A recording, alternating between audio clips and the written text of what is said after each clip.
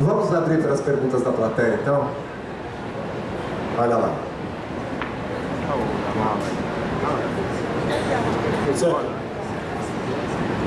Oi.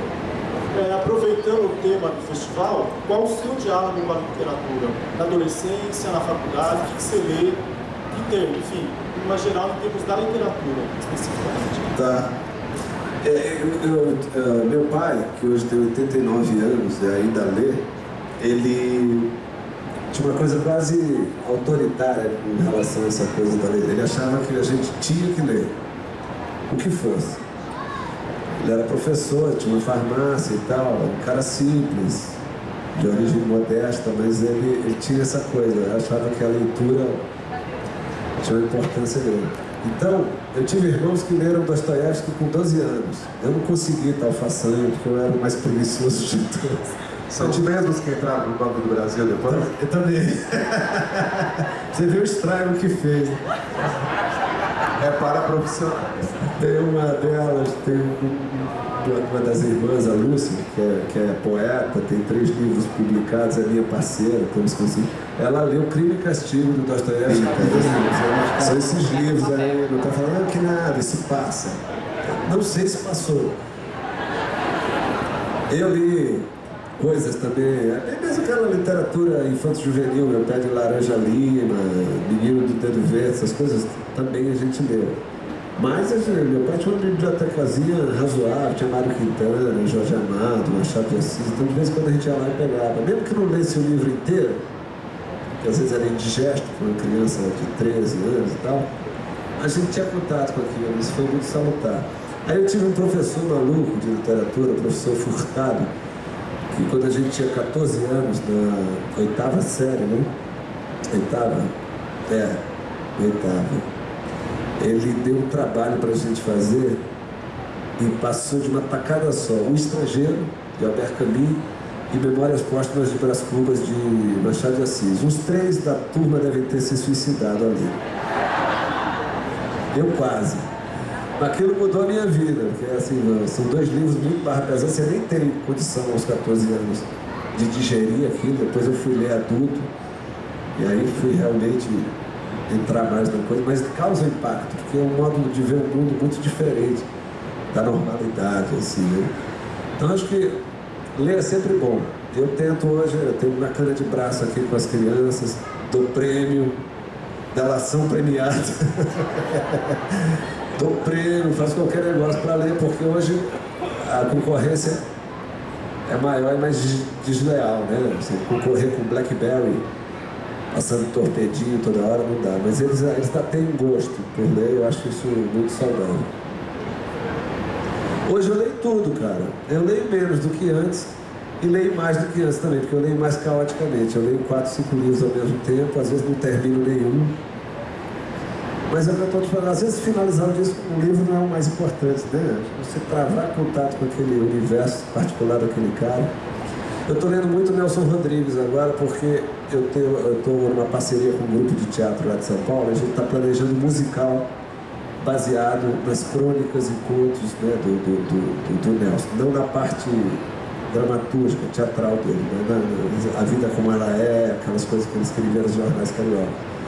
Então eu estou meio mergulhado. Comprei vários livros e estou meio mergulhado, obcecado agora por esse universo aí.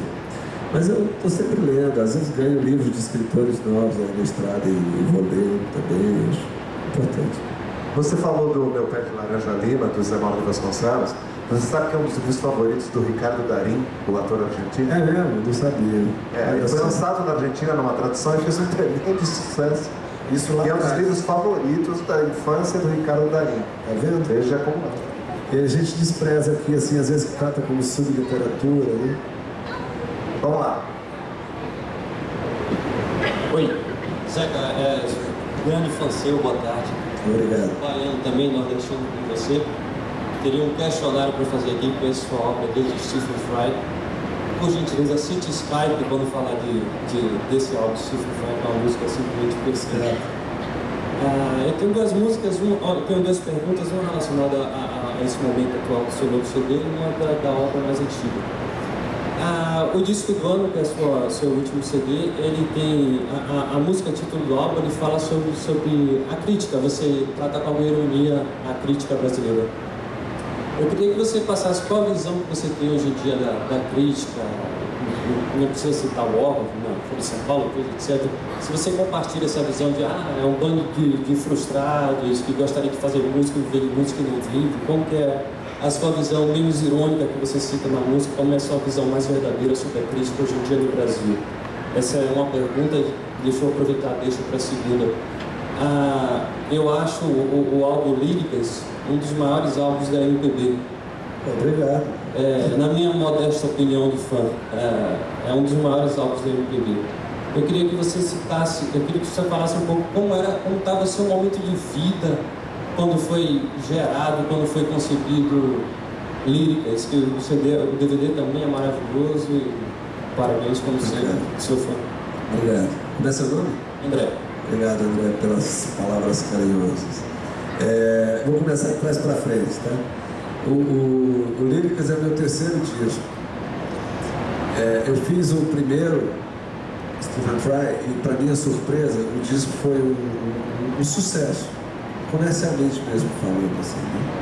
Eu confesso que eu não tinha nenhuma expectativa, ou pior, tinha uma expectativa muito baixa, o que era bom, porque tudo que veio depois disso para mim foi lucro, assim. Eu tinha em mente que eu seria um artista alternativo, que venderia poucos discos e tal, mas se eu pudesse sobreviver do meu trabalho, eu estava bastante feliz. E para minha surpresa, aquele disco acabou ganhando um alcance para além do imaginado por todos nós. Assim. Tinha uma meta, sei lá, de 5 mil cópias, 10 mil cópias, seria um tremendo, estrondoso sucesso. E o disco na época vendeu mais de 100 mil cópias, o que naquela época ainda dava direito a disco de ouro. Agora com a crise parece que baixou, acho que é 50 mil e tal. É verdade, você vende 50 mil hoje já aguenta, que isso não. O mercado mudou muito, em 15 anos. Né? Então aquilo me colocou num lugar com o qual eu não estava acostumado. Eu tive que lidar com aquele novo status, aquela nova situação. Né? E é uma cobrança imensa de um segundo disco tão bom quanto. Então eu não poupei nem esforços, nem dinheiro, porque eu exigi da gravadora que eu já estava com uma certa moral, né?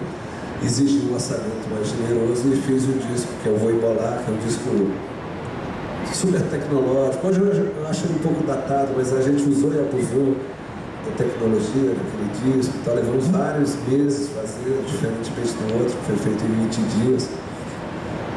E aquele show deu mais um upgrade, assim, subimos mais um degrau. Assim, era uma turnê que durou quase 2 anos, super concorridos os shows, era um show ruidoso, barulhento, porque estávamos todos com os egos inflados.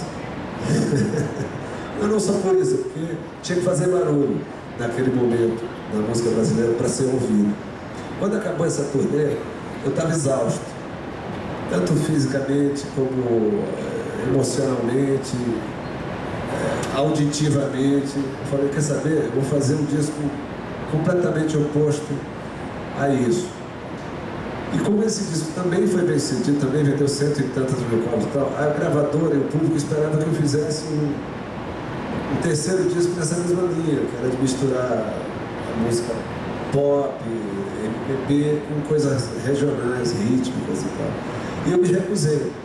Aí eu, mais uma vez, aquele mesmo cara da gravadora, mas isso vai ser um suicídio artístico, você tem que fazer, eu vou embolar número 2. Eu falei, cara, não vou fazer, eu vou fazer esse disco aqui. Mostrei, dei um CD e mostrei canções de violão, um tanto quanto melancólicas, né, cinzentas, assim. Ela falou, ferrou, acabou a sua carreira. Eu insisti, eu mudei tudo, até a coisa gráfica desse disco, ele é cinza, ele é sépia, em contraponto com os outros que eram ultra coloridos, tropicalistas e tal. E é um disco do qual eu me orgulho muito, acho que assim, a gente foi muito feliz, um disco caseiro, feito com pouca gente, tinha um duplo lá nos violões, eu e mais uns poucos músicos, poucas colaborações, Flávio Guimarães, do Blues Antigos, Osmar Gaita, aqui e ali uma participação. O disco é silencioso, e pá. E contrariando mais uma vez a expectativa da gravadora, ele foi um baita êxito comercial. Também. É um disco que eu adoro. A história dele é essa. Eu estava num momento em que eu precisava olhar para dentro, assim, né? Fazer uma coisa mais silenciosa. O show era todo de cordas, eram 3 músicos só se revezando em cello, violão, charango, percussão miúda, né? O DVD foi feito todo assim também. É um trabalho pelo qual eu tenho muito carinho. E de vez em quando dá vontade de retomar uma estética parecida, mas eu acho que essas coisas, o raio, aquela história do raio só cai uma vez, aí você já vai fazendo, tem que partir para outros caminhos, né? Uma coisa que eu sempre busquei foi fazer um disco diferente do outro, até para criar curiosidade do público por meu trabalho e de mim próprio, né? pela música. Quanto ao disco do ano, é um disco que eu experimentei, o meu nono disco de inéditos, eu experimentei uma coisa nova que é dar uma música para cada produtor, em alguns casos para 2 produtores. Então o disco tem 12 músicas e 15 produtores. Ficou uma miscelânea assim, mas eu acho que tem também uma unidade artística, uma coerência qualquer ali, né? E essa crítica que eu faço, na verdade era uma canção, ela não é o foco do disco não é esse, é um disco de pop, leve até, eu acho bastante leve, um disco que eu acho que é bom para se ouvir, assim, namorando, na estrada, né? O Seu Jorge não fez música para ouvir no churrasco, essa aí é música para ouvir namorando. Então, obviamente aqui e ali tem um venenozinho, porque a gente também não está morto, né? A gente tem sangue quente na veia. Mas essa coisa da crítica, eu não acho isso não, eu não compartilho essa coisa de que todo crítico é frustrado. Isso é uma conversa de botequim. Obviamente você não precisa ser jogador de futebol para comentar futebol. E geralmente os melhores comentaristas não são ex-jogadores. Embora aqui ali tem uma exceção, né? O Casagrande é um baita comentarista. O Caio também é um bom comentarista. Mas não é uma coisa assim imprescindível. Então eu acho que você tem que ser músico para comentar músico, nem poeta para comentar poesia. Agora, o que eu acho que tem que ter é algum tipo de embasamento, isso tem que ter. E eu acho que a crítica no Brasil ainda é muito irresponsável. Assim, não vi, não gostei. Tem uma estética assim, não vi, não li e não gostei.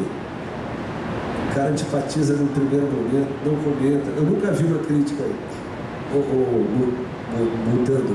Vi pouquíssimas vezes uma crítica de um disco meu em que o cara embasa o discurso em algum parâmetro técnico, algum cânone. O cara pode falar assim, essa melodia é assim, é assado, porque às vezes não tem mesmo conhecimento